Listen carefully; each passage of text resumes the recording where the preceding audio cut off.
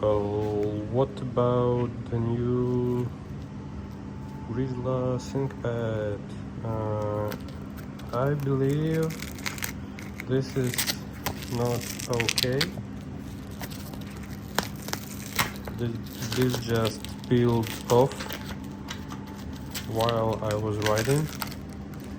While riding, it just came off, and I actually lost this part, so I had to find it. It can be because of the snow and very cold weather, and the glue is not strong enough to sustain cold weather, but it could definitely lead to some injuries, and I don't really like how it is working so far. So I guess I need to recalibrate, rethink what I'm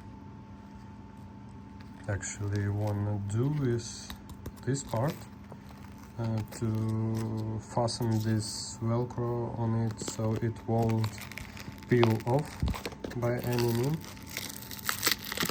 because this part stayed on the wheel. Right here is my links, and this part just came off like this.